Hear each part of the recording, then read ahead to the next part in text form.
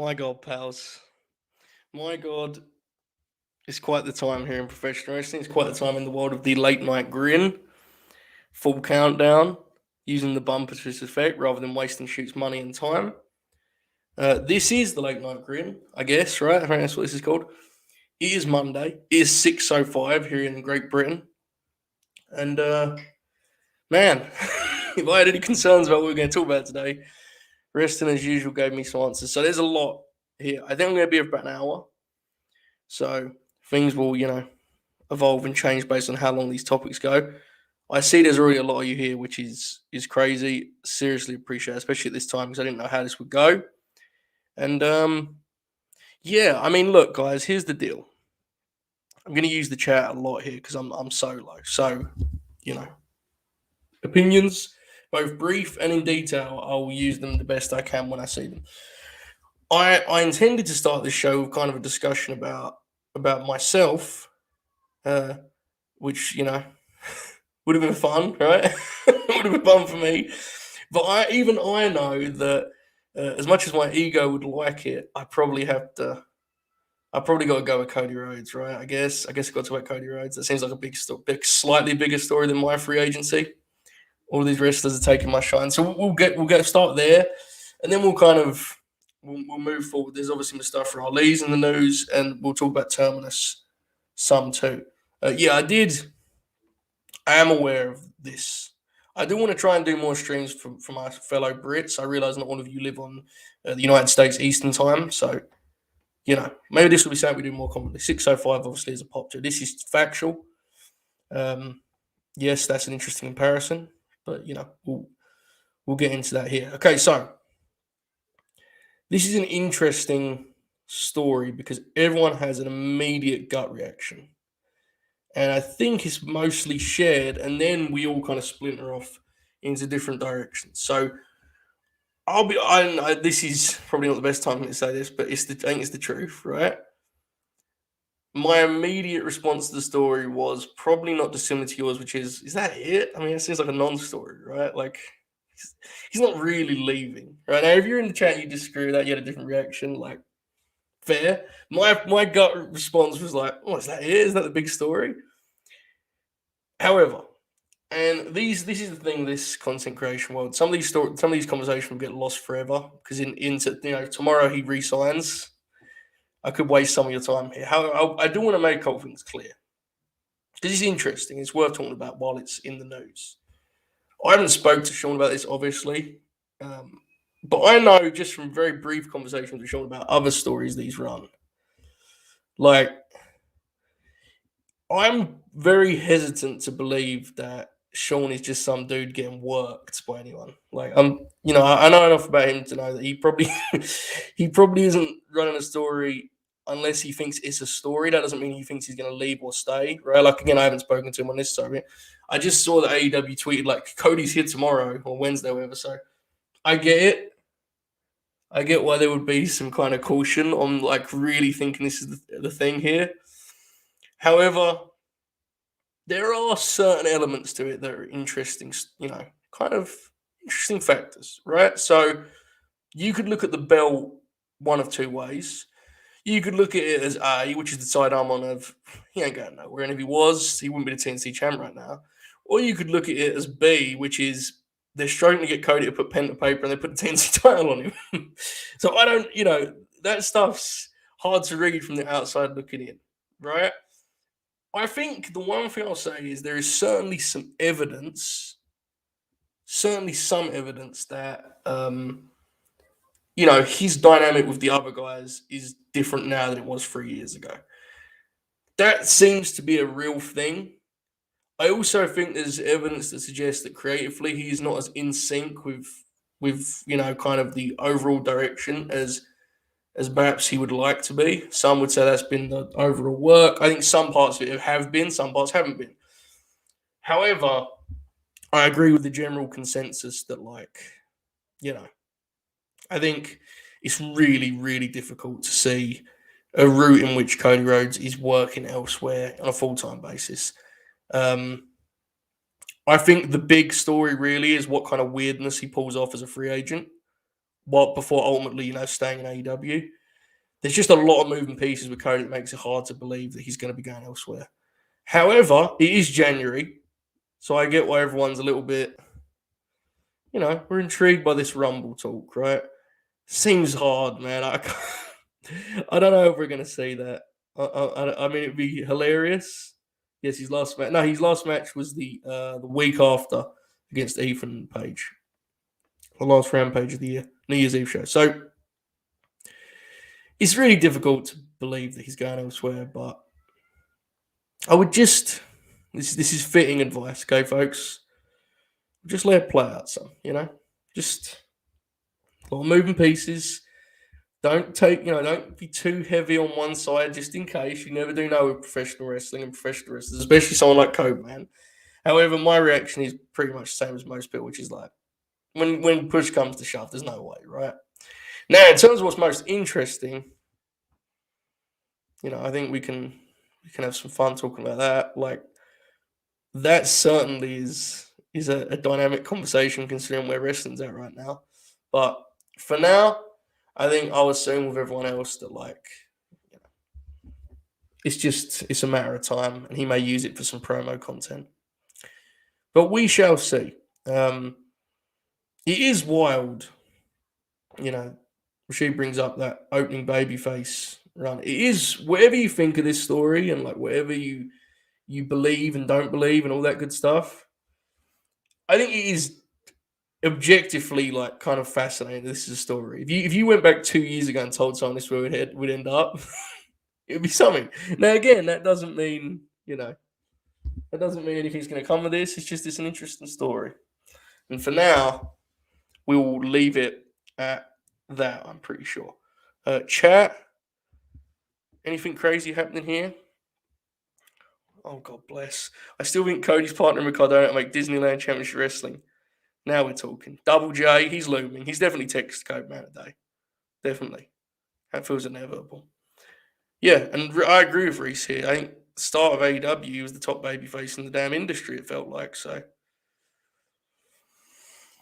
this is objectively the funniest route, right? Like the WWF Mecca folks having to deal with Cody's shit and being like, yeah, this is great. We always like this guy. He's something, man. I don't know.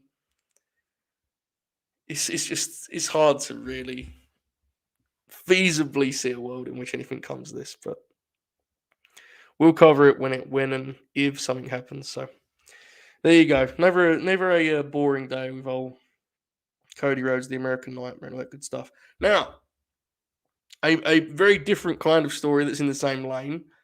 The Mustafa Ali deal. I want to talk about that some. Then I'll talk about myself briefly, and then we'll Terminus talk here. But yeah, this one is always the thing that I point to of wrestling changes quick, doesn't it? Like that Jericho Cody feud was frankly, it was an outlier in a good way for AEW initially. It was like great US wrestling TV. And now here we are just over 2 years later, and those guys kind of feel on an island in a different way. Some are higher on the Cody stuff than I, but I think we can all agree it feels very separate. That's where that Codyverse fun and games come from, and obviously Jericho's Jericho. So it's certainly interesting. A friend of mine texts me that Cody Rhodes is going to buy Ring of Honor, to which I say, I'd just rather it die. Mustafa Ali. This one is interesting, right? What do we do with this increasing landscape in which there's a never-ending flood of great talent coming from WWE, and what does that mean for the rest of wrestling? Because I saw it yesterday. I was only on for a little bit, but I saw all these tweets and all these takes about he'd be lost in the shuffle over at AEW.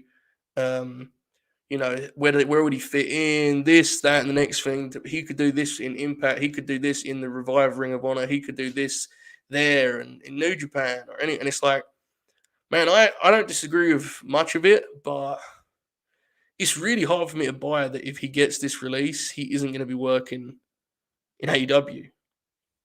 And I think, if you look at it from his perspective, it's the biggest platform with the biggest payday. And again, if he wants to stay in wrestling and all that stuff, everyone, we know the deal here, right? Um, but then you have to kind of look at it and be like, there is truth to the lost in the shuffle stuff. I don't think it's necessarily the case for him because he's a guy that can talk and he can do some really cool vignettes with his matches. Obviously, are great, but if you just take him out of it and look at it as a bigger picture, it's a real thing. You know, I mean, we just Brody King just landed in AEW. I think you can expect Swerve, probably Keith Lee. Let's pencil in Mustafa Ali. Let's look at, maybe the Briscoes or there's a lot of talent in that Ring of Honor thing that we've kind of forgotten. I think are either about to be or are free agents. So it's really difficult to kind of it's really difficult to shoot down Gargano's another like if he's leaving, which we all believe that he's kind of some of the moves he's made since he got out suggest he isn't going back. Do we really think he's going anywhere but AEW? Like it feels like a lock. And this is important too, which Cody said, we don't know yet. He hasn't got his actual release, but with how they do cuts, it feels like that should be coming, right? It's just, and Josh isn't wrong either. There are significantly lesser talents to get TV time on AEW. That's enough reason for me. And that's fair. Absolutely there is. It's just, it is certainly unique in that when AEW kind of got rolling here, I can tell you all that I was of the mind of like, WWE has locked up too much of this top talent. How are they going to get an efficient roster? And now I think they have a better roster. And WWE won't stop letting go of these guys. Now, obviously, Ali's different. He's requested his release, but this would be a very different story if they hadn't been releasing guys at the rate they have. If they kept everyone, just one or two guys per every 6 months to ask for their release, then it's a different thing. There's a main event scene out there right now. Seriously, if I was pitching to you a roster, a promotion that had the top scene of Keith Lee, Swerve, Gargano, Mustafa Ali, and Buddy Matthews, and I know those guys probably have landing spots, but I'm just saying, like, if you just look at grand scheme of things, I mean, that sounds more appealing than any of these other national promotions, doesn't it? It's fascinating, but I feel like all of those guys, other than maybe the last one as a rib, is going to be headed to AEW. So it's going to be challenging for them, man. I think we've talked about some of the creative cracks that have begun to show already, and it's like I don't think adding more is going to help that necessarily. But I think we may find out here coming soon. We're probably going to see a serious amount of traffic out of the fleet. A lot of the originals will be let go quietly, like Pretty Peter has. Yeah, and that's I think what you're going to see, and he's a good example of it. And we all like Peter Avalon; he did a really good job. But I think what they're doing more than anything is rotating the C show guys.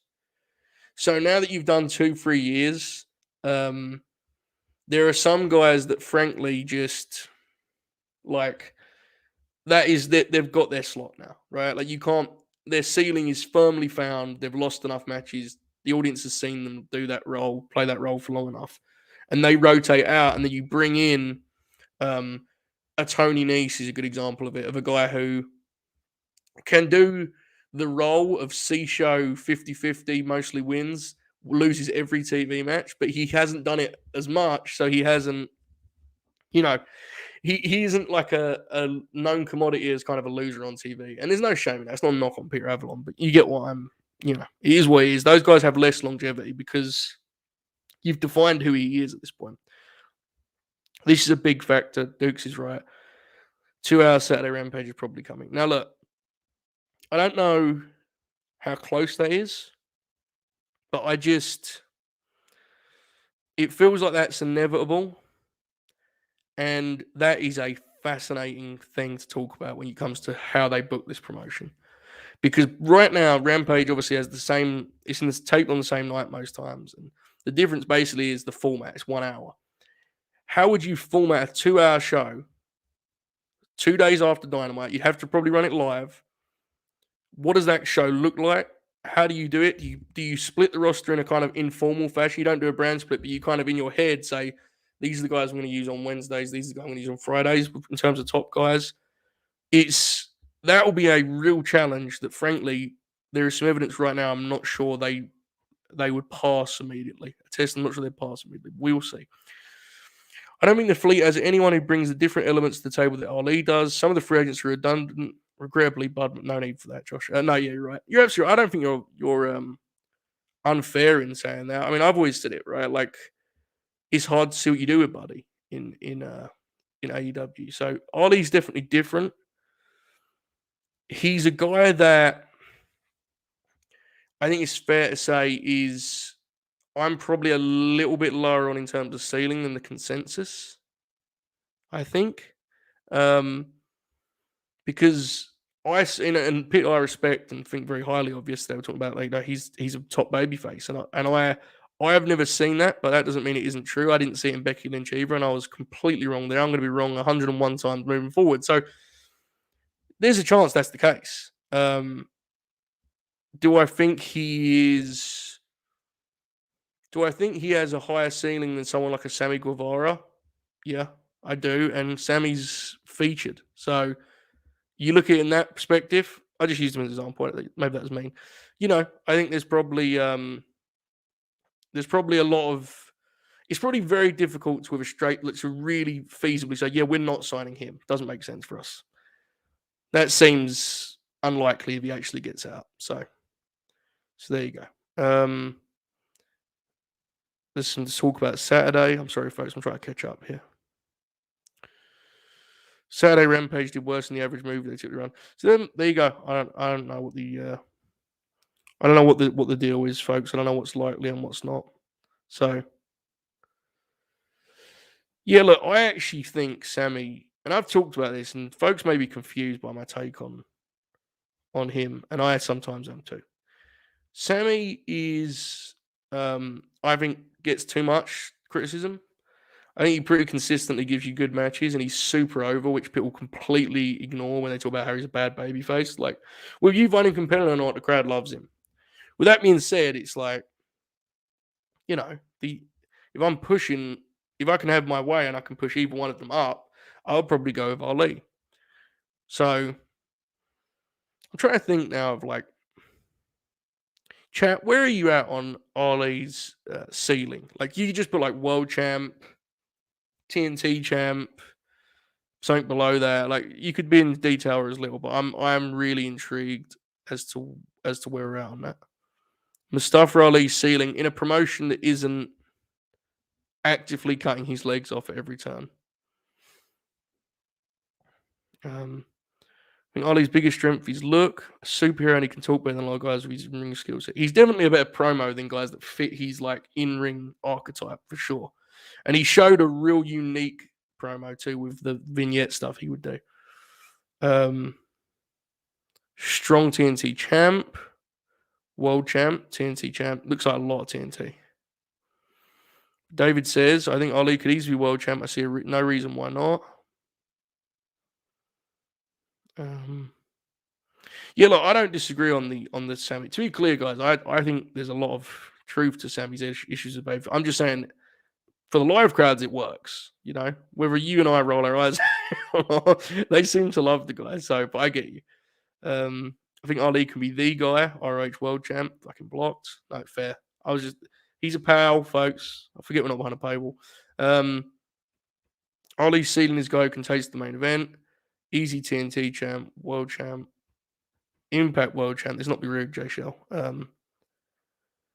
He's 36 this year. I did not know that. I'm not going to pretend I was. World champ potential. So it seems like kind of the chat represents what I was referencing, right?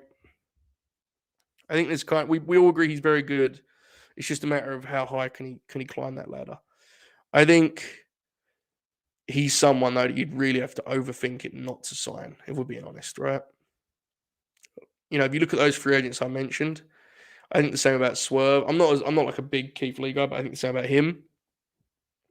So that upper mid, protected guy pack they've got there, it's going to be something to see them try and figure out in the coming months, because I think it's already a challenge, and I think we're going to get a lot of debuts in this next few months. So whether Mustafa Ali will be one of those, we'll see if he can get out of his deal. But I think even WWE kind of loyalists agree that he he's probably been wasted some in recent years, which is a shame.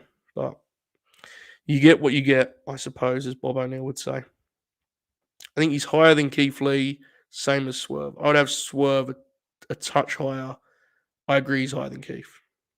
So I think we're pretty much on the same. Most of us, I think, are in the same line here. I also think it's very fair that, like, he could easily catch fire. This stuff isn't as cold and as kind of, things can change, right? If he has, yeah, I'm lower too, Histrom. Keith's, we'll see. We'll talk about Keith Lee when he gets there. I don't want to run Pittle off already.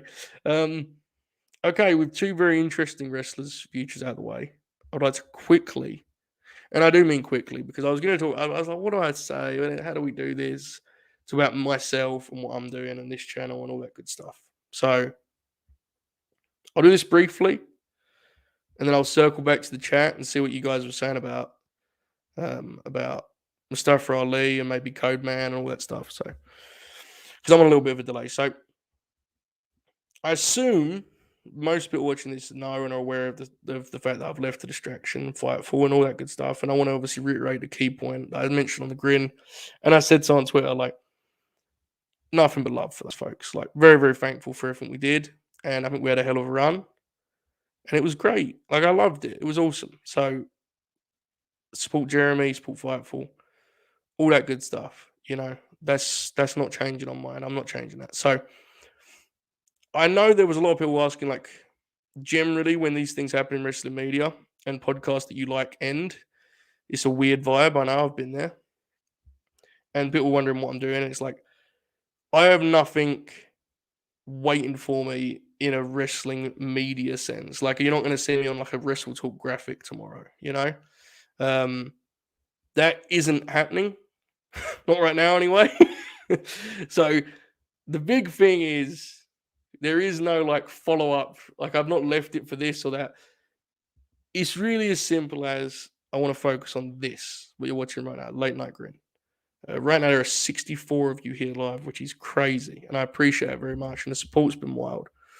So I want to focus on this, but in addition to that, I want to be open to, like, just different projects, different ideas, man. Like, this is a big commitment, and this plus the distraction, especially when we got the channel, was a huge commitment, and hopefully I can kind of, hopefully I can float around some outside of this and try to, increase my value a little bit. Like, it's really hard to kind of frame this the right way because I'm very grateful for everything, but I was on Fightful for pretty much bulk of 5 years. I think sometimes when that's the case, like, you just get attached to one place. And it was great to be attached to that place because, frankly, I think it is the best place. I don't think that's me being a bootlicker or anything. I think that's just, that is what it is. However, I want to see what's out there and I want to see what I can do. And I think this platform has allowed me to realize, like, I can do a lot of different stuff. I can play a lot of different roles, and I kind of want to see if I can play them elsewhere and see what's available. There's been some cool stuff already kind of in motion. So hopefully we can get working on it and different things can come to fruition. But if not, and if nothing happens, this platform. So, this stream here, tonight I'm doing Fed Red Hot with Bobby. Tomorrow, the lads are watching Dark. I'll probably do something too.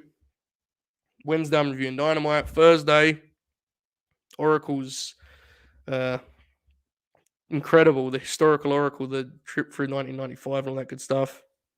Friday, the Late Night Grin. And I want to build this platform out as best I can with just a range of content. I'm really excited, to be totally honest. Like, I think there's reason to be, and I say that it was not easy to go the way I went because I just loved what we did with the distraction. I was very proud of it, but I just felt I had to bet on myself and see what happens. So hopefully it pays off. If it doesn't, you'll see it. You see me lashing out on these streams regularly, in bitterness.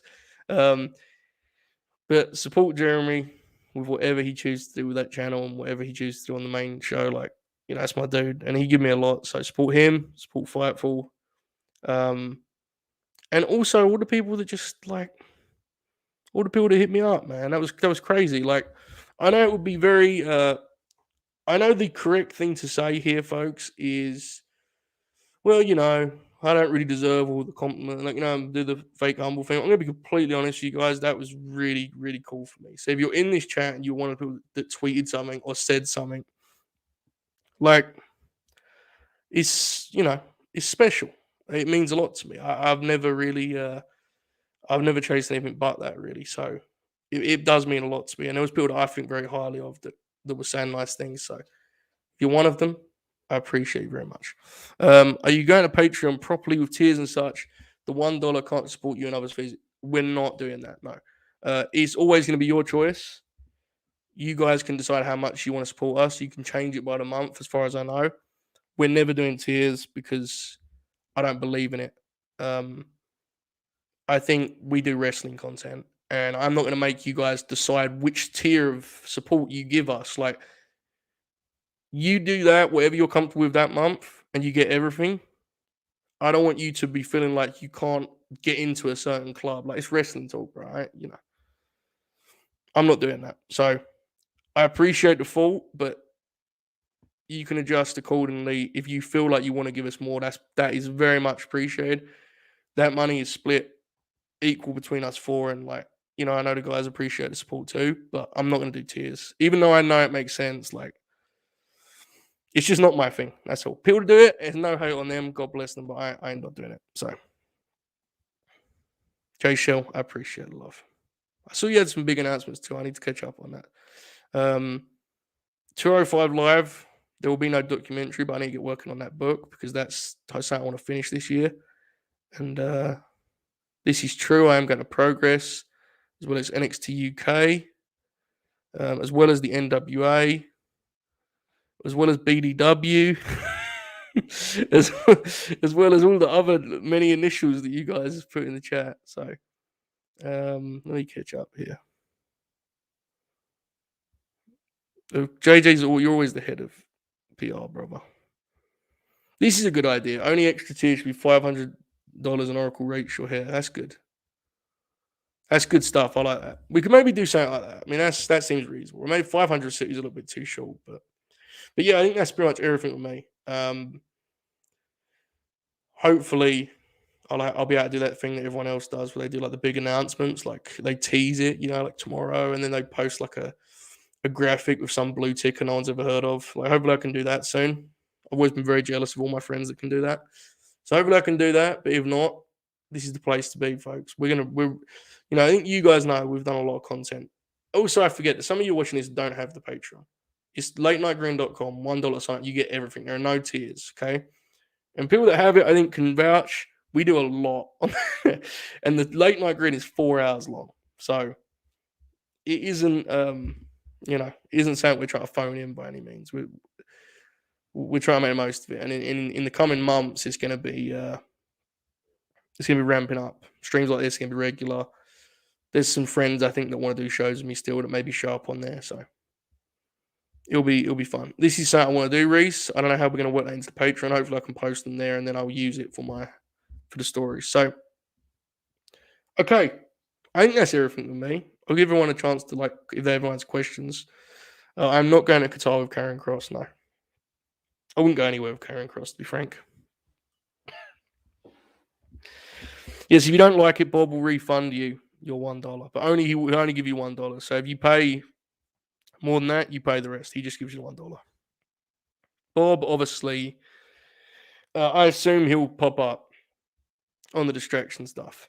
So, I think you'll see him there, but he's obviously part of the Late Night Green. He's part of that quartet. Myself, Shoot, Oracle, Jack Crosby is the fifth man in and out. I'll never pay him a penny for this because he works for CBS.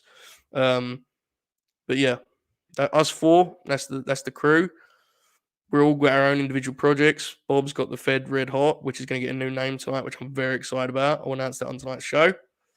And Shoot's doing the Dark Watch Along, and Oracle's got the 1995 stuff. So, how much to get Bob to eat Kurt Angle's dog food again. Amazing. Amazing, brother. He hasn't sung yet, to be fair. Joey Holbert is about to control his own narrative. Bro, it depends how it pays, you know. I mean, all I'm saying is if the check clears, I will come onto this with with a train sound that he had.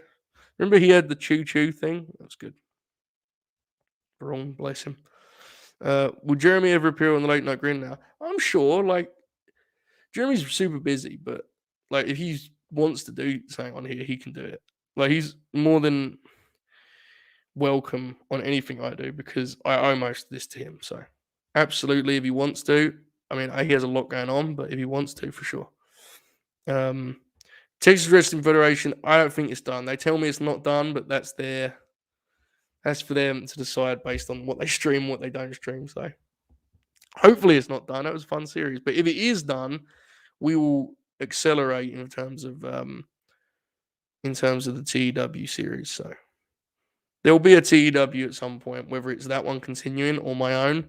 I obviously want to do the one I've mentioned to you guys before. I want to do the one where you guys book. That light is it's annoying me. Yeah, I want to do that. I want to do one where you guys book and you're the head of the committee. I am definitely reviewing next week, probably at this time, the Hammerstein Ballroom show. So there will be some GCW. I actually watched most of the shows this weekend. I just didn't watch them close enough to give you strong opinions on it. But they were fun. And speaking of the weekend's wrestling, is there any truth to the rumors that Bob replaced you because he's gone really over? There is a lot of truth to that, yes. Congratulations to Bob. I want to talk about Terminus here. I'm going to go another the sport's wild, but I'm probably going to go an hour and then I'll, so half an hour here. This dude Terminus, which I thought would be the main conversation on this, but Code Man, he does what he does. So we'll do this kind of quickly. I'll say this to the chat. Firstly, did you watch Terminus? I'm intrigued how much of this audience, which obviously is a pretty damn nerdy audience, watching me talk on my own about professional wrestling. So how much of you guys watch Terminus? Just put a yes or no, and then we'll follow up and see what you thought of it. But we'll start there. Did you watch the Terminus?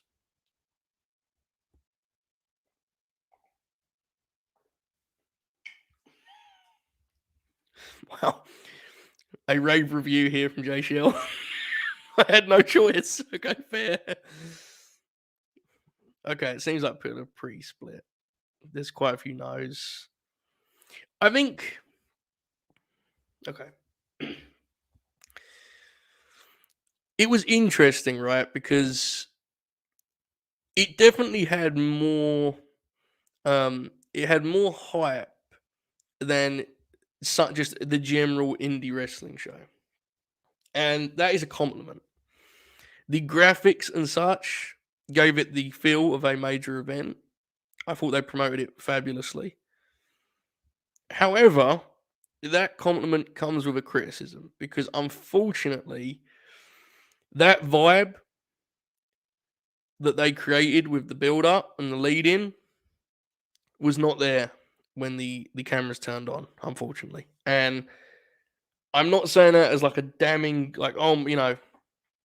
that's not where I'm going with it. Okay. It's their first show. I understand they had a lot of issues with the weather too, and they were worried it was not even going to happen at one point, from what I can gather. I get it. So this is not me being a dick, but I think some of the promotion convinced people, and maybe even myself, if I'm being honest, that this would look differently to what it ended up actually looking like, and what it sounded like, and what it felt like. I think that is, to be kind of expected upon fall. It's their first show. But I think when you combine that with the fact that the in-ring was good but not great for the most part, I think you get a passing grade but not much more, to be totally honest. So that's me. I'll see what the chat said here. I enjoyed a lot of it, but I'm not sure I'll order a second one. I'm sure they'll improve production. Absolutely. And that's the thing. It's their first show. I get it. About half the show ruled. Like what I saw, but hated the venue. Pretty boring for that much talent. So look, I'm with most of that. So I think that is a real thing, though. I also think, and you know, you get what you get, I suppose. But the crowd, like, it's difficult, right? Like when you kind of build a promotion around the really nerdy element of like mat wrestling, I think the audience will kind of react accordingly. And what that meant was a lot of people just kind of sitting there watching the wrestling, and there's nothing wrong with that. That's exactly what I probably would do if I'm there. I'm not someone that gets really rowdy at wrestling events. However, it did result in some slightly unique moments where it just kind of felt like there was no true heat. It was just like people applauding chain wrestling, which, I mean, if that's what they were going for, God bless, worked great. I don't know if I can watch a lot of wrestling. I have to be honest. I need some kind of needs to be more emotion for me. And again, if I was there, I'd have done the same. So there ain't nothing but love to my pals that were there. I'm not knocking them, but like vibe wise, I thought it was a little bit tough sometimes. Felt like tennis. Yeah, Reese ain't wrong. It had that feel, and that's fine, but it's a little bit tough for me. I've got to be honest. Commentary team, I love. They're real pros, so that was a positive. Um, and it was rough to do the first one live on pay per view. Maybe film a bunch of cards and make a mixtape, or the best at first. Yeah, maybe. I think it's hard, man. Like, it was a good talent pool they had. I don't think it was the best card. Like, I think they could have used Garcia better. You probably could have used Moriarty better. And, there was a couple matches that didn't really need to be on here. Okay, so with that in mind, I don't think we need to go match by match. What was the best match on the show? We all agreed main event. Chat was Gresham and was Jonathan Gresham and Josh Alexander the best match on the show by any chance, guys? I'm about to put over Josh Woods, Jay Shell. Come on now. Give me a sec. Let it play out, okay? Give me a second. Yeah, the names definitely were spread out. And there was some replacements, so I think it's fair to say the main event was the best match. Okay, so look. The finish here, I'm not saying it bothered me or anything like that. I'm not trying to like get fired up about it, but like feels like Josh Alexander could have probably got pinned here, guys. Not, I don't think anyone would have called the police or I don't think anyone would have got really mad about it. I'm not sure any Impact fans would have cancelled their Impact Plus subscription if Jonathan Gresham would have got the roll up win on Josh Alexander. So, I feel like people could probably figure out where I'm coming out on that. Like, the finish didn't make me mad, but it feels like a real misunderstanding of where this promotion is at and what their audience is. Like, Impact does 100,000 television viewers. You wouldn't even want to know how few of those watch this. Like, that ain't a big number to begin with, is my point, So I think that hurt it a little bit, especially because you're working with the audience is so nerdy and inside. I just don't think it's necessary. That's just me. But I had a hell of a match. Gresham, I mean, his story. I watched the match here with Too Cold, and Too Cold Scorpio is incredible for where he's at in his career. But obviously, he has his limitations. And they have this match, and they start trading strikes, and Gresham's doing like face plant sells. And it's like the deal he does where when he gets in a strike exchange, he just gets the shit kicked out of him. His storytelling is so considered and just brilliant. What an incredible wrestler he is. And he has these moments, man. And this is a true sign, I think, of like greatness, because he's great all the time. He has these moments, he has these sequences where he like explodes into action. And the only reaction you can have is like, man, that dude's one of the best wrestlers in the world right now. Like, he has these just dynamite combinations, and everything he does is just spectacular. I think he truly is. The only guy that I'd say I'm confident is better than that dude right now is Bryan Danielson. I'm sorry. I know you can throw many names, but I don't see everything. I miss a lot. So that's not a good, I'm not a good person to ask on that. But me personally, he's incredible. And Reese is right. He built to the damn drop kick. Built to it, brothers. Incredible.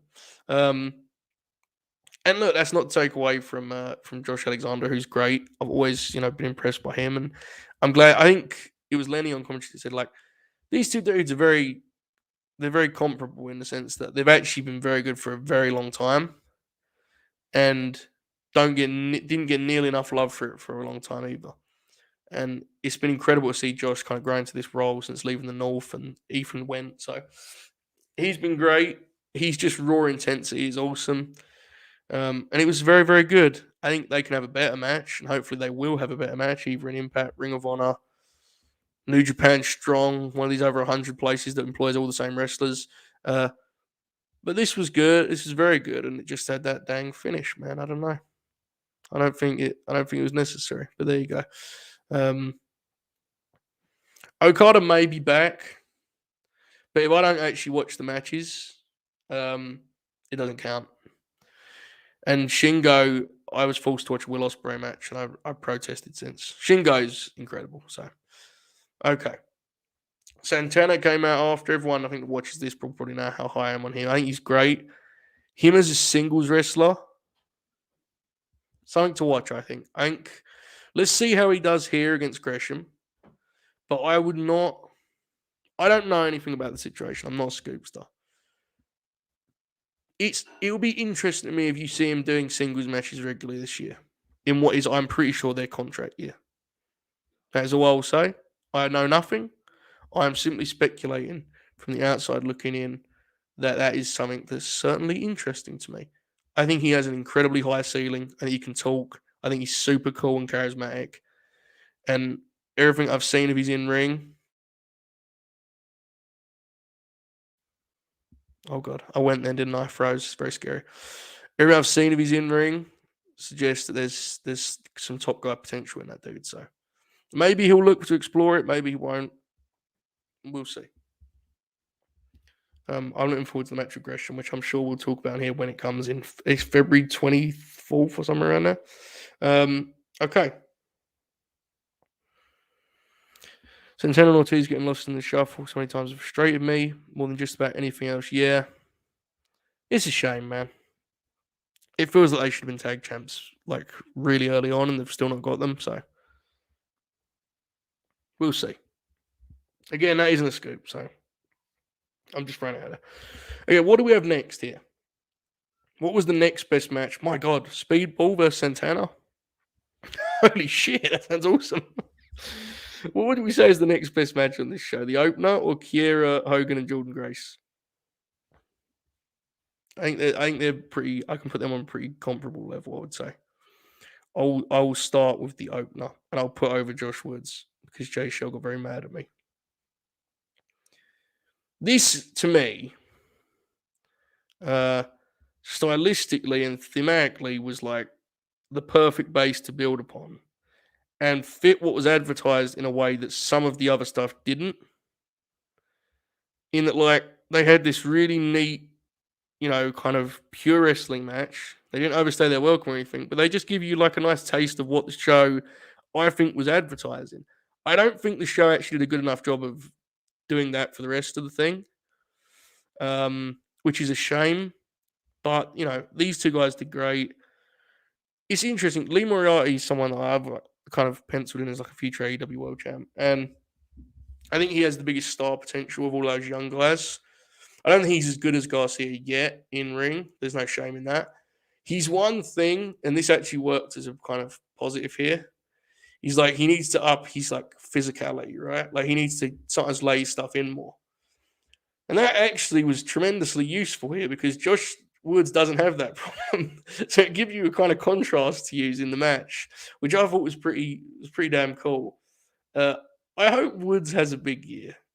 In all seriousness, Jay Shell's putting him over in the chat. And I think he's someone that's been a real victim of Ring of Honor's lack of exposure, sadly. I mean, he worked dark and no one reacted to it the way they should because he's damn good and he's been pushed in Ring of Honor, but no one saw that stuff, unfortunately. So hopefully, wherever it is and however it is, this opportunity that has come from Ring of Honor doing what it did gives him a chance to kind of get in front of people. Because it's sad, man. Like I'm saying, this opportunity, like it was Ring of Honor closing, like for 4 months. Like, it's not great that leaving Ring of Honor is better for some of these people, but you just, it didn't feel like he was getting any exposure there. So hopefully this is a good year for him. This was certainly a nice match with Lee, and I think chat's probably right. Second best match on the show is probably fair. I would say then Jordan Grace, Kiera Hogan. I want to see quickly here before I move on. I want Lee to be Bryan Danielson's shadow for the next year. I think he's a top guy in the making. I agree, and that match will be awesome when we get it. Okay, let's do a little deal here on Jordan Grace and Kiera Hogan, which was a very nice match. They had about 8 minutes, I think they went, my notes say. This was like, and I mean this with love to Diamante and Janai Kai. This was like a complete contrast to that, in that it felt like stylistically a natural fit, because you have Kiera, who's just getting thrown around by the powerhouse of Jordan Grace. So that was easy. And the other thing too was they had obvious chemistry, because they'd wrestled. I think the commentators they wrestled 31 times, which that's a lot of times.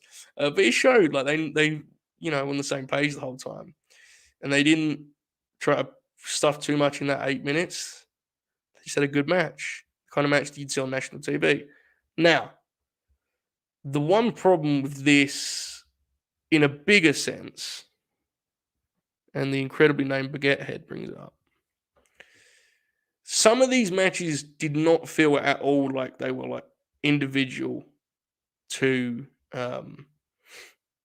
Terminus. Now, that's easier to ignore in this case because we all agree the match was good. However, that was kind of a concern going in, I think, and I do not think the final product overcame those concerns. Speaking of such, Moose wrestled Mike Bennett. Now, look, this was a replacement. I get it. Probably was, we know it wasn't the first plan. Probably wasn't anyone's favorite idea, but it is what it is. And before I go any further, I like Mike Bennett. I think he's had a really good, return to professional wrestling since he left WWE and all that stuff. So I'm not. But you looked at this match and you said, well, that certainly is not the ideal kind of. It's not what you visualize when you hear the modern age grappling and you see this kind of, this sport. And in terms of content, that was the case, but they appeared to make up the difference by making the rule set. That was like the point of the match. Like, well, we'll just use this one to get over the fact that you can't do this stuff. And I would love to know the inner workings behind that. Maybe Moose just didn't care, but Impact, Josh Alexander didn't get pinned on this show. But if I was Impact, I'd be like, actually, pin Josh. Just don't make our world heavyweight champion like an idiot. But you get what you get, I suppose. Maybe that was the point. I don't know. Mike Bennett's a good wrestler, man. I ain't trying to hate on the dude. I kind of appreciate and respect them doing the thing of like, we're going to establish the rules. It sometimes has the opposite effect to what you want, especially with this audience, I think. And I rolled my eyes. So there you go. And as the chat's mentioning, like it actually did the rules. So I guess you can respect. But in terms of the matchmaking, I think this was an example of where people kind of went, And then when in reality, that was pretty fair. Where were we at? I'm intrigued, chat, for those of you that watch this show, where are we at on the Fatal 4-Way? Do we like that format? Meaning, for those of you who don't watch, the guys were tagging in and out. It was elimination Fatal 4-Way, and the guys would tag in and out. So visually, it looked like a tag, but, obviously, if you were paying attention, you knew it wasn't that. But I'm very torn on it. I'm intrigued where you guys are at, because I think we're at a point where, like, the modern multi-man has probably been explored to the absolute maximum. I think we've pretty much seen all of those sequences now enough times for a lifetime. However, I do not know if this is necessarily the answer. I think there's something interesting to it, and if they get a knack of it, like they can probably figure it out, a cool way of doing it. This was a fine match, but it's very hard, I think, to gain rhythm or flow and like to have a real structure. I think it's very difficult to do that with this, and these guys, I think, did a good job, and it wasn't bad by any means. It's actually quite good. I don't know if it's something I would go back to. I'm not sure. Reese liked the match. Jason's up iffy on the format. Still not sure out on the first one. Yeah, I mean, look, Bless, JDX, right? Appeared to just like low blow himself almost. It was Garcia's leg, but he did the deal that it was like it hurt. Like it hurt a lot. Um, yeah, not sure you do a multi-man any other way with this rule. So yeah, it's difficult. I don't know. That almost makes you think you just don't do a multi-man. I know it sounds dumb, but I don't have this if this fully works. I think Invictus Cash is really promising. I've talked about him before. I'm pretty sure when we used to do Fleet Week, I'd bring him up when he would do the C shows. Like, there's something to that guy, right? He has a really nice like kind of physicality and a roughness that unfortunately I think is kind of absent a lot in these settings. He's interesting. I haven't seen more than just this and those enhancement matches, but he's a fun one. He looked really good here. I kind of thought he stole the show out of the other three guys. Obviously with Garcia being Daniel Garcia. We know the deal by now. The closing stretch for the KO I thought was pretty damn awesome. I wish it got a better reaction in the building, but as I said, I get it. They were watching it like I was at home with a notepad. But it was pretty cool. I like the KO thing. To me, that's a good example of establishing rules in a way that still is fulfilling and satisfying. I thought everyone looked good, though. JDX was good. Priest was good. I thought Cash was the highlight of the other three guys, though. And Garcia is obviously incredible. Yeah, this match was awesome, by the way. GCW is fascinating, man. Just a incredibly interesting case study as to what wrestling is at this point. It's something. It really is. Honestly, a 4-man gauntlet would have been better to keep it 1v1 in the ring without teams. There you go. Maybe gauntlet's the play if they want to do multi. There you go. That's not a bad idea, Josh. I like that. Tweet that to Baron Black or whoever's running this thing. Gresham, I guess.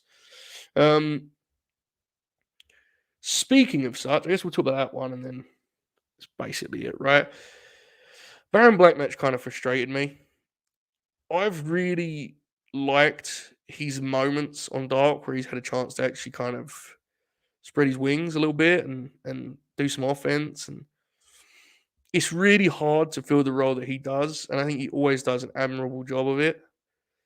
But my intrigue for this was how will he translate to a match with some meat and some substance.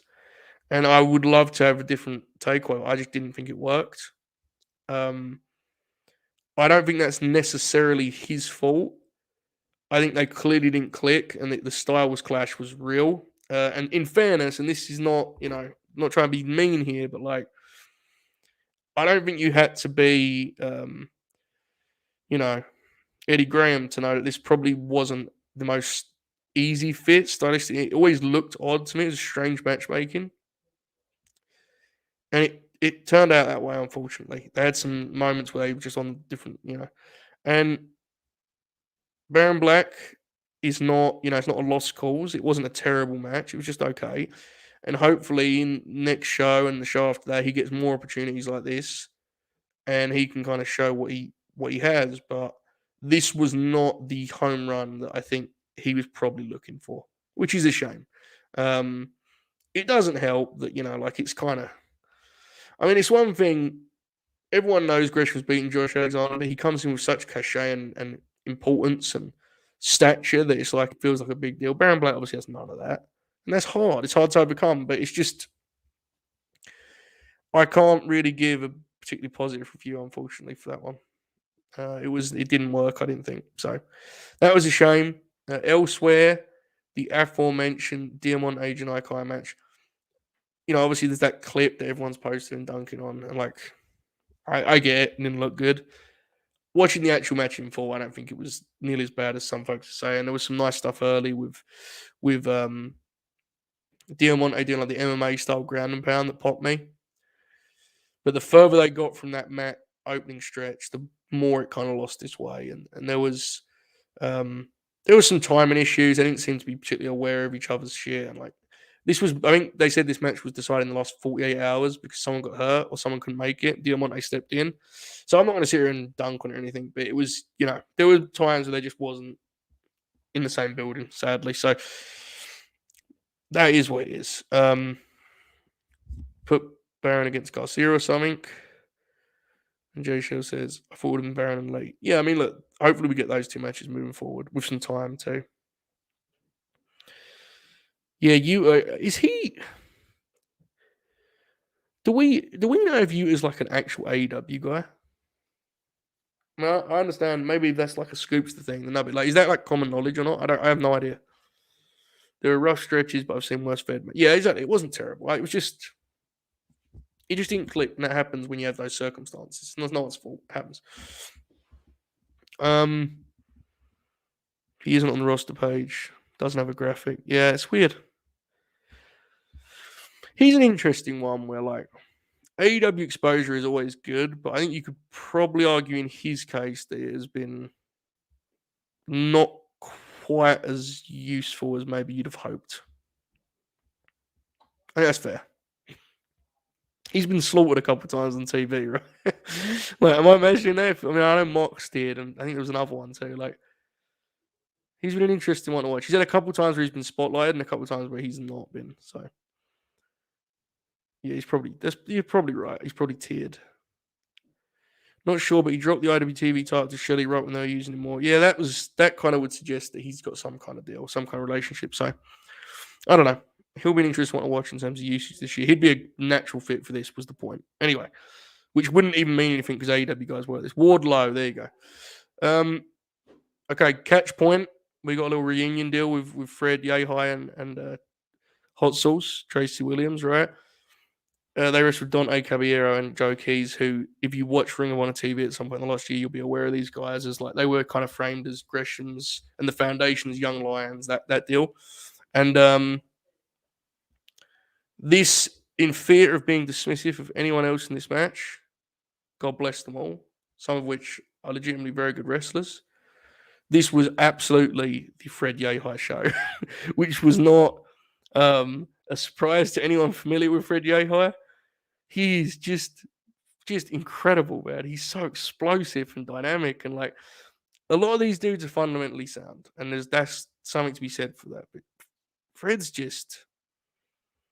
he's different, and the fact that he's not on TV in some form or fashion is crazy. I meant to bring this up on our roundtable show last Tuesday, the Ring of Honor show, which I recommend you check. I was very proud of that show on the Distraction channel.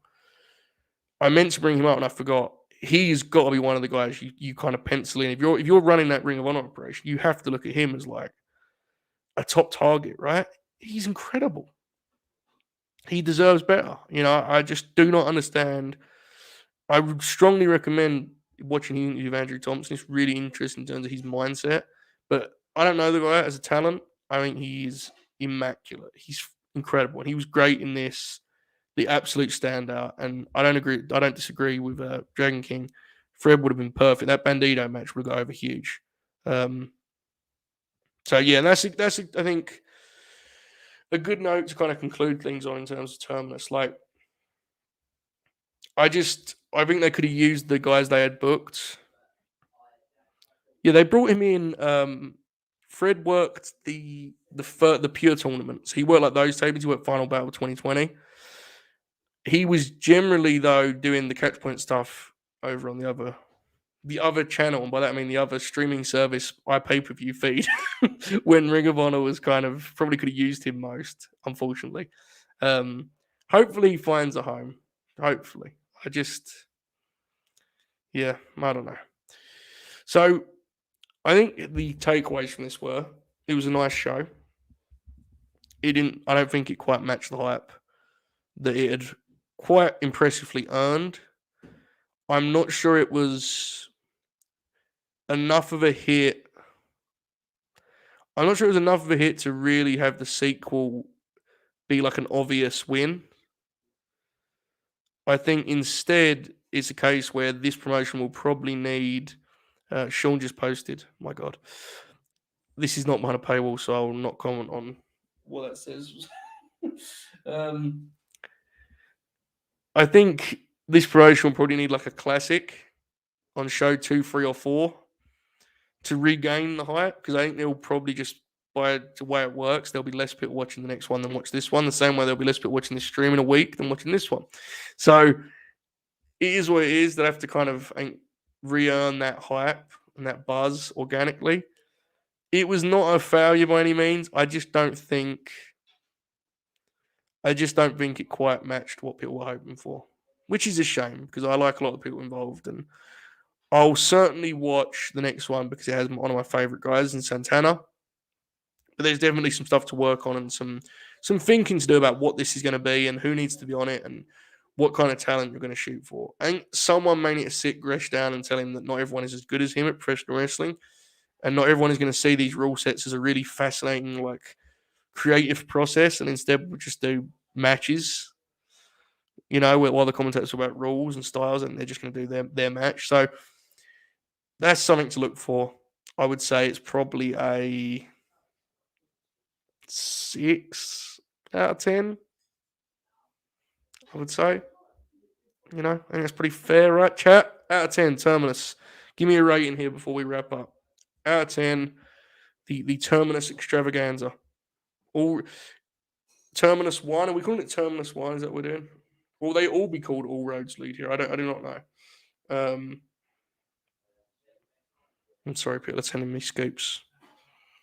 Not really. I'm messing. Cage Match gave it a 6. Well, Jay Show, you know me. I've never ever slandered Cage Match, so that makes sense. 6.5, 5, 6, 6, 5. All right, so we're in about the same spot. 5.5. So we're all a little bit. I think we probably all would like it to be a bit better. That's a shame. All right, folks. This has been the very first free 605 stream. I don't know how regularly we're going to do this. I kind of want to do Monday Night Wrestling, so I kind of want to have us to watch stuff. I'll be back in 4 hours with Bob O'Neill, Fed Dead, the finale of Fed Dead. Why? Very simple. We have new branding. Sorry, Fed Red Hot. I've just spoiled the brand. We have new branding. And next week, the Fed show will be the free show with brand new branding. The power's given us that is incredible. We have not got a logo or anything. We just have this incredible name that I'm very happy with. And we're going to debut that next week for free. Free. That'll be in the show next week. For tonight, though, at 11 Brit time, 6 p.m. Eastern time, we're going to do Fed Red Hot, the season finale, episode 2, the season finale. As all great series go, second one out. And we're going to look ahead, look back on their week of TV, look ahead at this week, that usual stuff that's Bob's project. And we'll talk maybe a little bit about Mustafa Ali on that front too. Tomorrow, AEW Dark watch along on the Patreon. Sign up. LateNightGrin.com, $1. Tonight's stream is on that platform too. Just $1, folks. Wednesday on this channel, free, the Dynamite review immediately when Dynamite ends. There may be a pre-show. I don't know yet. I want to let Jeremy and the Powers figure out what that side is, because I don't want to go head-to-head and clash. I don't want to make the audience choose this. That's silly. There's no reason for that. So there's a lot coming up. Thursday, another free show, Oracle's 1995 deal.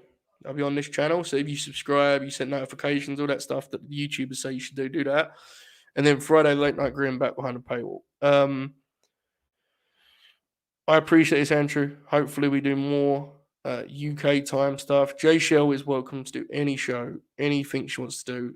It's cool with me. She's the future of the business, so she's welcome anytime. Thank you, pal. I appreciate it. When's that was about? Okay. This has been the second Late Night Grin free stream. Sport's been crazy. We got 70 live viewers. I think it's more than last time, I'm pretty sure. And it's like 1 p.m. in the United States of America. I'll see you all in just under 4 hours as Bob and I discuss the famously red hot World Wrestling Federation.